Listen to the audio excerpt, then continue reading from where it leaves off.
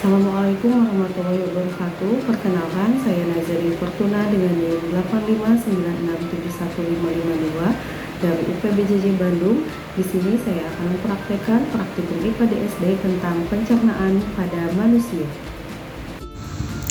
Nah, ketika kita terlambat makan atau tidak makan dalam beberapa jam, perut akan terasa sakit, badan lemas, dan kepala pusing. Tubuh kita membutuhkan makanan dan minuman sebagai energi. Untuk mengubah makanan menjadi energi, kita harus mencerna makanan dan minuman melalui sistem pencernaan yang ada di dalam tubuh. Sistem pencernaan merupakan rangkaian organ dalam tubuh manusia yang bekerja sama untuk mencerna makanan menjadi energi dan zat gizi yang dibutuhkan tubuh. Proses pencernaan makanan dimulai dari mulut hingga menjadi feses yang dikeluarkan melalui anus. Nah, berikut organ pencernaan manusia. Yang pertama ada mulut. Nah, mulut merupakan tempat pertama kali makanan masuk. Di mulut, makanan dirasakan, dihancurkan, dilunakkan, dan dicerna.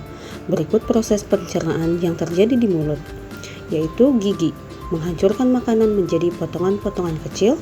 Lidah mencampur makanan dengan air liur dan merasakan makanan tersebut, kemudian lidah mendorong makanan menuju kerongkongan. Yang kedua ada kerongkongan. Setelah makanan dicerna di mulut, makanan masuk ke kerongkongan. Kemudian kerongkongan membawa makanan dari mulut ke lambung melalui gerakan otot yang disebut peristaltik. Selanjutnya ada lambung. Nah, lambung berfungsi menghancurkan makanan dengan enzim dan asam lambung. Enzim menghancurkan karbohidrat, lemak, dan protein yang sedang terkandung dalam makanan. Sedangkan asam lambung membunuh kuman dan bakteri yang ada pada makanan. Setelah dihancurkan di lambung, makanan akan berbentuk bubur. Nah, selanjutnya ada usus halus. Makanan yang berbentuk bubur akan memasuki usus halus yang terdiri dari 3 bagian, yaitu usus 12 jari, jejunum, dan ilum. Usus halus akan menyerap nutrisi dari makanan dan mengubahnya menjadi energi. Selanjutnya ke usus besar. Nah, usus besar berfungsi menyerap air dari sisa makanan yang tidak diserap oleh usus halus. Sisa makanan yang telah kehilangan air berubah menjadi kotoran atau feses. Nah, dan yang terakhir ada rektrum dan anus.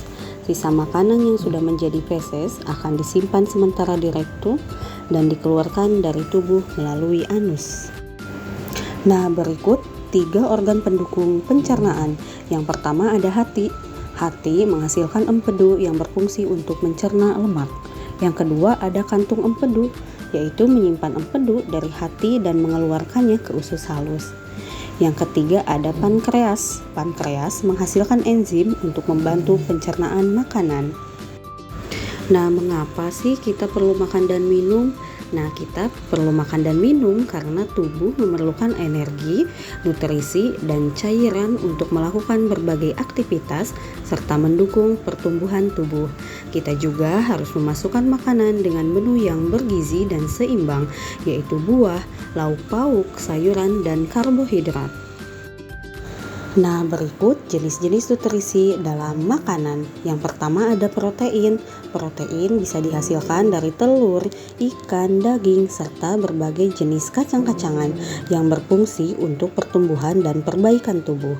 Yang kedua ada karbohidrat, yaitu dari nasi, kentang, jagung, umbi-umbian, sagu, dan tepung-tepungan. Dibutuhkan tubuh untuk menghasilkan energi secara cepat. Yang ketiga ada lemak, yaitu dihasilkan dari daging, kacang-kacangan, ikan, mentega, dan susu yang berfungsi untuk melindungi organ tubuh dan menyerap vitamin. Nah, dan yang keempat ada vitamin, dihasilkan dari buah-buahan dan sayur-sayuran yang berfungsi membantu tubuh melawan kuman penyakit dan menjaga kesehatan organ. Selanjutnya ada serat, dihasilkan dari sayur-sayuran, buah-buahan, dan kacang-kacangan, membantu menjaga kesehatan usus dan mempermudah proses buang air besar. Yang terakhir ada air, yang dihasilkan dari buah-buahan, sayur-sayuran, dan air minum. Air membantu melunakkan makanan dan pembentukan air liur. Nah, berikut tips menjaga kesehatan sistem pencernaan. Yang pertama, makan makanan bergizi dan seimbang. Yang kedua, hindari makanan terlalu berminyak dan makanan yang terlalu pedas. Yang ketiga, mengunyah makanan sebanyak 32 kali dan secara perlahan. Yang keempat, minum air putih yang cukup dan olahraga yang teratur.